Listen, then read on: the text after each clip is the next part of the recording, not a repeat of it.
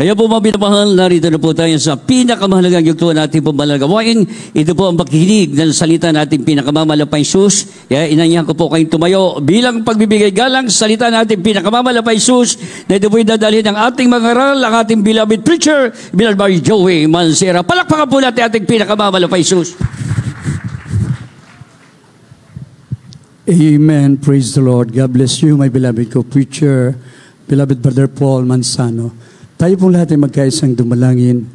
Mapagpala naming Ama Diyos na makapangyarihan sa lahat, sa matamis na pangalan mo, pinakamamahal na Panginoong Hesus, sa pangunang dalangin ng aming minamahal at kagalang-galang na Pastor, Evangelist Wildy Estrada Almeida, yung end-time prophet. Narito po kami taos-pusong nagpapasalamat, O Diyos, sa tagumpay ng iyong banal na gawain. Maraming salamat sa iyong banal na Espiritu. Pinakamamahal na Panginoong Hesus, sa pakikinig ng iyong banal na salita. Dakilang Diyos, bago po ang lahat, patawarin mo po kami sa aming mga pagkukulang, pagkakamali at pagkakasala. Langisan mo ang iyong banal na salita. Pagpalain mo po kaming lahat. Ito ang aming samot panalangin sa makapangyarihang pangalan ng pinakamamahal na Panginoong Hesus, at aming sinasaway pinapalayas ang lahat ng masamang espiritu ng hadlang, all demons, of hindrances, doubts and unbeliefs. Cast out! Cast out! Cast out! In the name of our dearest Jesus. Amen and amen. Praise the Lord. Purihin ang ating dakilang Diyos, ang pinakamataas na pagpupuri, pagpapasalamat, pagluwalhati at pagsamba, tanging sa ating pinakamamahal na Panginoong Hesus. And we give double honor and respect to our dearly beloved and honorable Pastor, Evangelist Wildy Estrada Almeida, the end-time prophet of our loving God. And we will always remember and cherish the precious memories and the blessed teachings of our dearly beloved and honorable Assistant Pastor, Lina C. Almeida. To all of the beloved children, children-in-law, grandchildren, great-grandchildren, to the whole beloved family dito po sa bansang Pilipinas at sa ibayong dagat, sa lahat ng beloved family ng ating dearly beloved parents in the Lord, isang mapagpalang hapon po sa inyo lahat. At sa lahat po ng ating live webcast viewers, our beloved brethren, beloved visitors na narito, welcome to the Royal Family of God. Amen. At ako po'y bumabati sa lahat ng maligayang Pasko sa inyo lahat. Lahat magsabing, praise the Lord. Pag sinabing maligaya at sinambit mo yan, kailangan nakangiti ka. Amen, praise the Lord. Alisin natin yung lungkot, alisin natin yung pagsubok. Ang mahalaga, masaya tayo tuwing narito at isinisilibra natin ang kapanganakan ng ating dakilang manlilikha. For who can be compared unto the Lord? Hindi pwede ikumpara. Ibig sabihin, sino sa langit ang may tutulad sa Panginoon? Sino sa gitna ng mga anak na makapangyarihan ang gaya ng Panginoon? From the book of Psalms, chapter 89, verse 6, atin pong basahin. From the book of Psalms, chapter 89, verse 6. For who in the heaven can be compared unto the Lord? Who among the sons of the mighty can be likened unto the Lord? Amen. Mga awiting 89, versikulo 6. Sapagkat sino sa langit ang may itulad sa Panginoon? Sino sa gitna ng mga anak ng mga pangyarihan ang gaya ng Panginoon? Amen. Praise the Lord. Sapagkat sino sa langit ang may itutulad sa Panginoon? Sino sa gitna ng mga anak ng makapangyarihan ang gaya ng Panginoon? Walang katulad talaga ang ating pinakamamahal na Panginoong Hesus. Magtatapos ang 2023, mga minamahal ko, dumanas tayo mga pagsubok, mga ilan talagang naranasan nila magkaroon ng karamdaman, nakaranasan ng magkaroon ng problema, pero our dearest Jesus is always there. Hindi siya nagpapabaya. Hindi niya tayo iniiwan, mga minamahal ko, na lagi natin sinasambitla na pag tayo nanalangin, kailangan natin ng panalangin sa unang panalangin ng ating dearly beloved pastor. Natutupad, mga minamahal ko, dahil ito po ang nais ng ating dakilang Diyos na sa panalangin ng propeta, tayo'y pagpalain. Ang aming dalangin, sabi po ng ating dearly beloved pastor, na kayo'y pagpalain sa lahat ng bagay, lumusog ang iyong pangangatawan, mas lalo't lumusog ang inyong kaluluwa. Lahat magsabing, praise the Lord. Kailangan triple blessing, mga minamahal ko, upang magpasalamat ka sa ating pinakamamahal na Panginoong Hesus. Wala yan sa iba, mga minamahal ko, kaya hindi nila masambit na walang katulad ang Diyos. Nag-aalinlangan sila sa Diyos dahil hindi nila nararanasan. Yung iba, maraming pera, may sakit naman, hindi gumagaling. Mga minamahal ko, yan ang problema, mga minamahal ko. Yung iba naman, may kaya, mayayaman, pero nasa lusak naman ang kasalanan. Buhay na patay, sabi nga po, the living dead. You're living but spiritually, you are dead in the sight of the Lord. Ngunit dito, marami ngayon umiiyak dahil sa kalungkutan, problema, pero dito, taga Jesus Miracle Crusade, ba't umiiyak sila? Pero ang sasaya. That is tears of joy. Kaya joy to the world ang mababanggit natin, mga minamahal ko. Kaya dito sa banal na kasulatan, mamangha ka sa gawa ng Diyos, siya ang lumikha sa atin, mga minamahal ko. At ang tunay na ang buhay at ang tunay na buhay ay sumaatin pa dahil siya ang ating liwanag, mga minamahal. From the book of John chapter 1, verse 3 and 4. Amen. From the Gospel of St. John, chapter 1, verses 3 and 4. All things were made by him, and without him was not anything made that was made. In him was life, and the life was the light of men. Amen.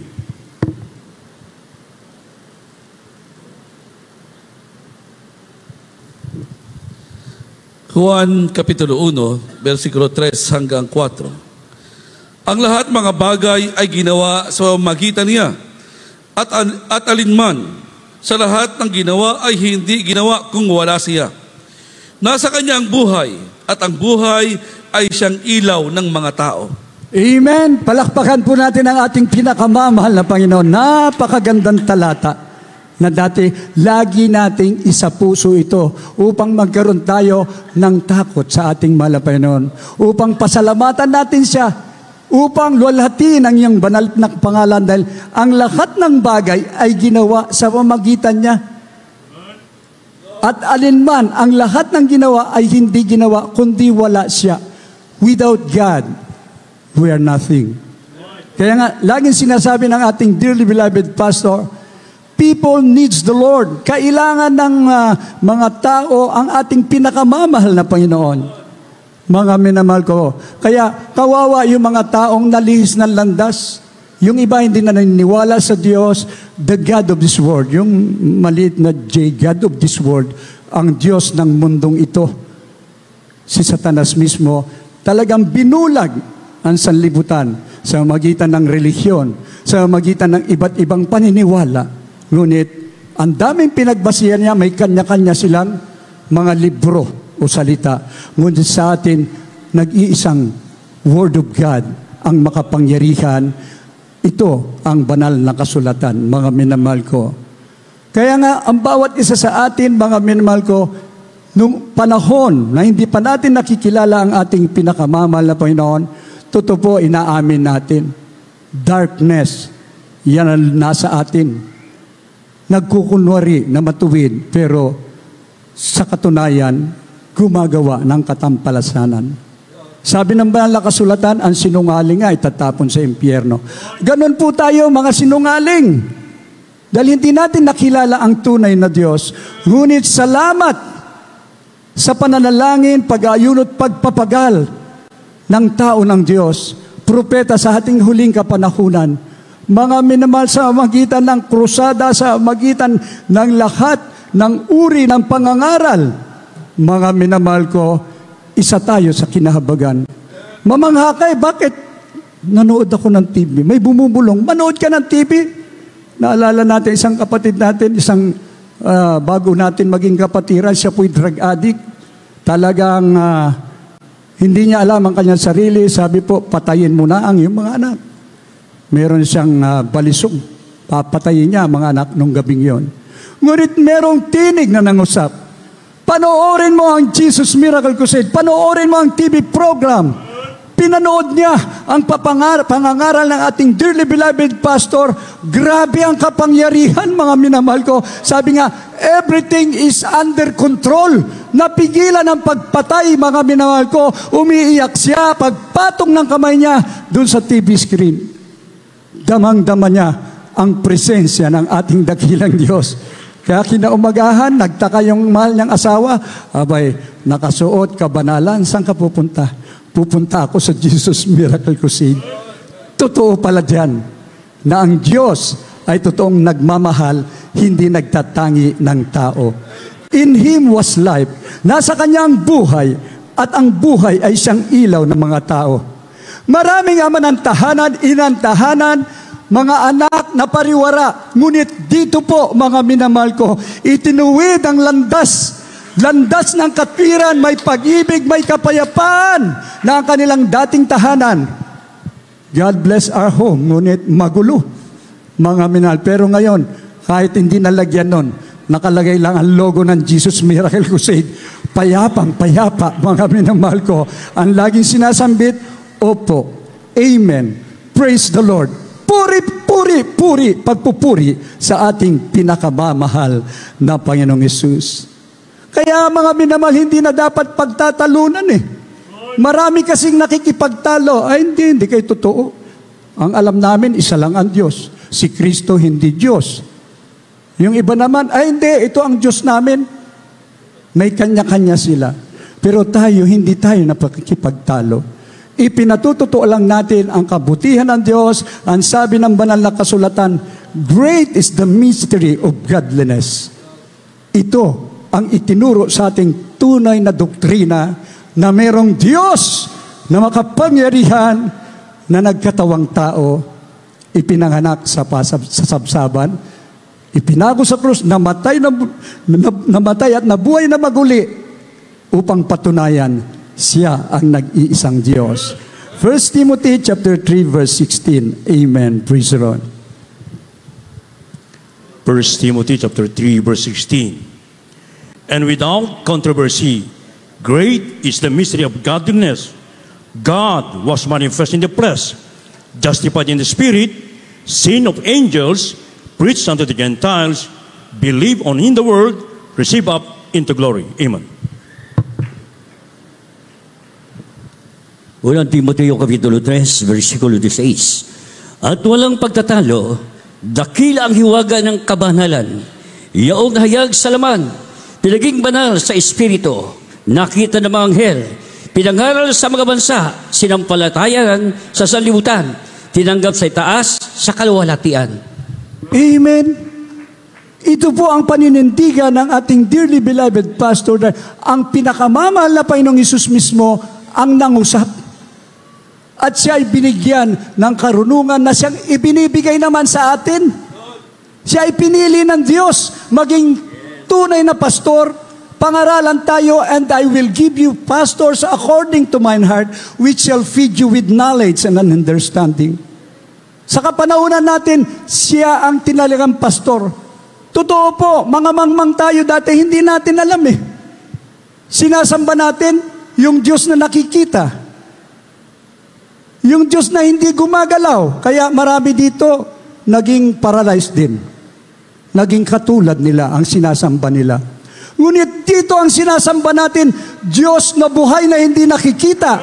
Ngunit kitang-kita mismo sa iyo ang kaluwalhatian ng Diyos na ikaw ay pinagaling, nagbago ang buhay mo, nagkaroon ka ng kapayapaan, kaya tuwing dumarating ang Pasko, hindi mo tinitingnan yung material na bagay. Ang iniisip mo, salamat nakilala kita, ikaw ang Diyos na aking totoong sinasamba sa Espiritu at katotohanan. At walang pagtatalo, dakila ang hiwaga ng kabanalan, yaong nahayag sa laman, pinagapaging banal sa Espiritu, nakita ng mga anghel, ipinangaral sa mga bansa, sinampalatayanan sa sanlibutan, tinanggap sa itaas sa kaluwalhatian. Ito po ang ipinapangaral ng totoong lingkod ng Diyos dahil tunay, ito yung kapangyarihan ng Diyos, mga minamahal ko. Kaya hindi natin mapigilan na marami talaga makonverte sa Jesus Miracle Crusade. Sino ba nga ayaw, nagagaling ang karamdaman mo, mga minamahal ko, lulutasin ang problema mo, mahirap ka, pagyayamanin ka ng Diyos, lahat magsabing praise the Lord. Sa makasanlibutan, wala kang karamdaman, nagkaroon ka ng sakit. Marami kang pera, hinold up ka, patay ka pa. Puro kamalasan. Pero dito, mga minamahal ko, totoo po, walang hanggan ang pagpapala ng ating dakilang Diyos na buhay. Gawin nating perpektong halimbawa ang ating dearly beloved pastor. Nag-umpisa ang banal na gawain na ito. For 15 years, sinubok ang buong pamilya. Sabihin na natin, iilan lang yan Jesus Miracle Crusade. Hindi yan lalago, sabi nila. Pero ngayon, yung mga kongregasyon na munting kawan, munti pa rin ang kawan nila. Pero ang Jesus Miracle Crusade, buong mundo lumaganap, mga minamahal ko. Sasabihin pa ng mga expert na pinag-aaralan nila, mga Bible scholars, siyempre minomonitor eh. Sino ba ang sabi rito, the most faithful church in the whole world. The most faithful church in the whole world. Palakpakan po natin ang ating dahilan. Pag nabasa mo yun, banggitin mo sa iba, ito, hindi kami nagsabi niyan, sila. Ibig sabihin, napatunayan nila na dito, tuloy-tuloy ang pagpapala, dumadami na nakasulat sa banal na kasulatan, go ye and multiply. Talaga nga nagmumultiply ang mga tunay na Kristiyano sa buong mundo. Mga minamahal ko, marami na ngayon ang nasave na mga foreigner. May mga preacher na tayo, mga iba't ibang lahi, mga minamahal ko. Iba't ibang mga salita, ipinapangaral ang makapangyarihang ebanghelyo ng kaligtasan. Remember this. Ang ating mahal na pastor, humahayo. Pinanghahawakan niya ang tunay at totoong aral. Alam niya at tunay ang Diyos na pinaglilingkuran. Na sa kanyang mga karamdaman, pinagaling ng ating dakilang Diyos, nagbago ang buhay niya. Titigil ba siya? Hindi po. Aalis yan sa kanilang tahanan. Ang ating mahal na pastor, walang tigil, may mga dalang leaflets, mga tracts. Lagi niyan sinasabi, sino mang tao, mahal kayo ng Diyos. Say Diyos, na totoong hindi nagtatangi ng tao, walang tigil, mga minamahal ko. Minsan inuusig siya ng marami, pero hindi niya inalintana. Dahil alam niya, nalulugod ang Diyos. At tayo ang naging bunga, mga minamahal ko. Isipin natin mabuti yung sakripisyo ng ating dearly beloved pastor. Kaya nga, mga minamahal, marapat ibigay natin ang the very best sa ating dearly beloved pastor. Yung iba nga, hindi naman gumagaling. Puro salot ang inaabot ay kung magbigay sila ng regalo, the very best. Ikaw, nang tumanggap ng the very best na pagpapala, you give the very best una sa ating mahal na Panginoon. Magdala ka ng kaluluwa at ibigay mo ang nararapat na pagpapasalamat. Sa maliit na bagay or the very best na bagay, you're showing to our loving God na iniibig mo siya. Kung sino ang nagpagal, dapat magbigay tayo ng pasalamat, mga minamahal ko. Na sa panalangin, lahat ay tinatanggap nating biyaya. Marapat lang, gumanti tayo sa nagmamahal sa atin. Palakpakan natin ang ating pinakamamahal na Panginoon Jesus. Sa mundo nating kinagagilawan, patuloy ang panawagan ng krusada. Patuloy mula sa social media, sa lahat tayo nagagamitin pa. Ito ang ipaanyaya natin, maging sa lahat ng ating minamahal na mga kapatiran, minsan nabibigatan. Pagsubok lang yan. Ang sabi ng banal na kasulatan, tayo po ay lumapit sa ating pinakamamahal na Panginoon. Nananawagan siya, come unto me. Ang sabi ng banal na kasulatan, draw nigh unto me, and I will draw nigh unto you.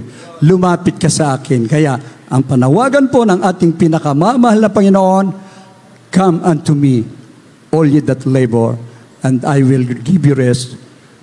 Give you rest. At ating basahin po Matthew chapter 11, verse 28, 29, and 30. From the Gospel of St. Matthew chapter 11 verses 28 up to 30. Come unto me, all ye that labor and are heavy laden, and I will give you rest. Take my yoke upon you, and learn of me, for I am meek and lowly in heart, and ye shall find rest unto your souls. For my yoke is easy, and my burden is light. Amen.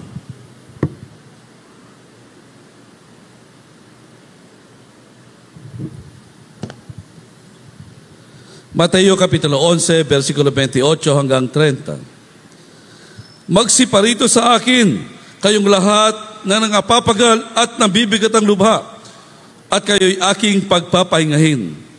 Pasanin ninyo ang aking pamatok at mag-aral kayo sa akin, sapagkat ako'y maamo at mapagpakumbabang puso, at masusumpungan ninyo ang kapahingahan ng inyong mga kaluluwa. Sapagkat malambot ang aking pamatok at magaan ang aking pasan. Amen. Praise the Lord. Palakpakan po natin ang ating dakilang Diyos. This is in general sa lahat ng mga baguhan, maging mga kapatiran na nasa pagsubok. Ang sabi ng ating pinakamamahal na Panginoong Hesus, kung pwede nga niyang banggitin, maligayang Pasko. Ang sabi ng ating pinakamamahal na Panginoon, magsiparito kayo sa akin. Huwag na kayong lumayo. Lumapit tayo sa ating mahal na Panginoong Hesus. Kayong lahat na nangapapagal at nangabibigat ang lubha at kayo'y aking pagpapahingahin. Lahat magsabing, praise the Lord. Tama, maging dito sa bansa natin. Ayan, general strike na naman ng mga jeepneys. Pero anyayahan natin yung mga driver.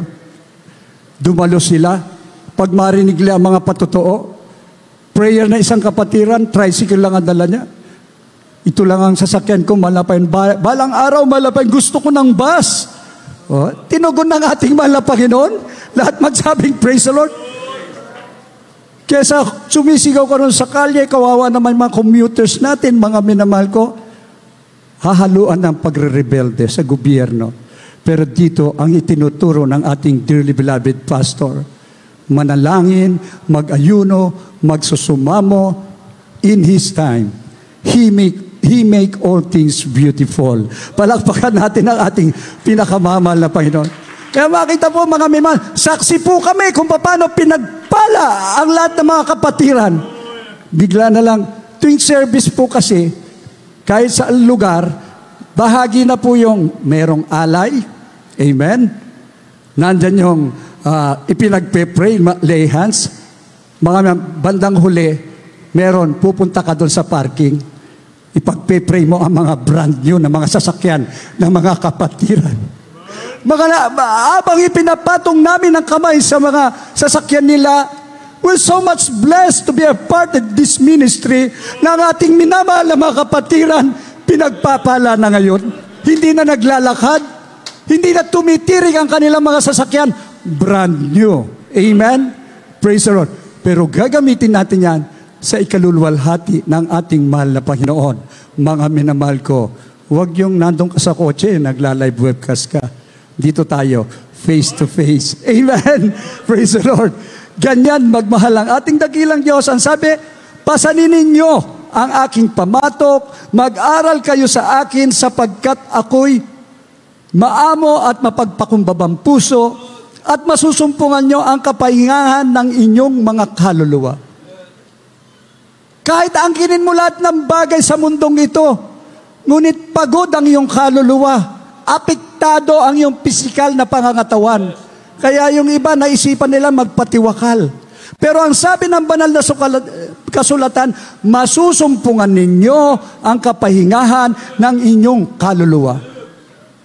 Kahit dumating ang earthquake, kahit dumating ang the big one, dumating man ang World War III, pahinga ang iyong kaluluwa. Bakit? Alam mo kasi na ang mundong ito hindi natatagal. Meron tayong totoong kalalagyan at doon tayo magpasawalang hanggan, doon sa mansyon na inihanda ng Diyos ang walang hanggang buhay na kanyang pangako.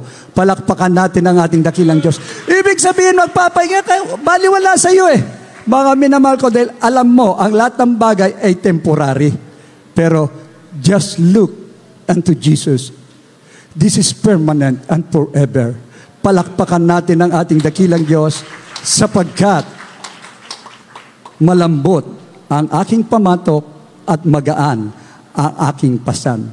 Palakpakan natin ang ating dakilang Diyos na buhay at maipagsisigawan natin. Pag tayo lumapit sa ating mahal na Panginoon, na in panawagang ito, lagi niya sinasabi, lumapit kayo, huwag kayong lumayo. Dahil alam naman po natin, yung mga nanlamig dito at lumayo, nasaan sila ngayon? Nasa kapahamakan, mga minamahal ko. Tayo, habang lumalapit sa ating dakilang Diyos, panghawakan natin ang kaligtasang ipinagkaloob ng ating pinakamamahal na Panginoon mula ngayon hanggang sa kanyang pagbabalik. Ito ang pinakamagandang bagay.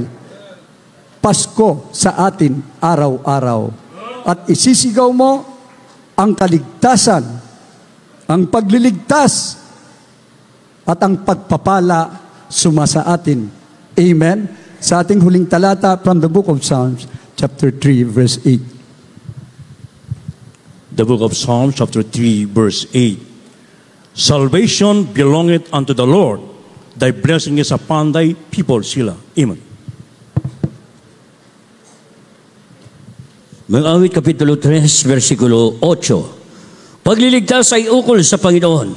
Sumainyong bayan, nawa ang inyong pagpapala. Amen. Praise the Lord. Palakpakan natin ang ating dakilang Diyos. Pagliligtas ay ukol sa Panginoon. Wala kang katatakutan sa huling panahon. Yea, though I walk through the valley of shadow of death, I will fear no evil. Yan ang katotohanan pag nasa iyo ang banal na espiritu ng ating dakilang Diyos. Ibig sabihin, matututo kang matakot sa ating mahal na Panginoon, magpakumbaba at masunod ang kanyang kalooban, mga minamahal ko. Kaya baliwala kung may pagsubok. Konti lang yan, bihira lang naman yan upang tumaas ang ating pananampalataya. Pero count your blessing, name them one by one. 2023 magtatapos na. Bilangin mo isa-isa yon.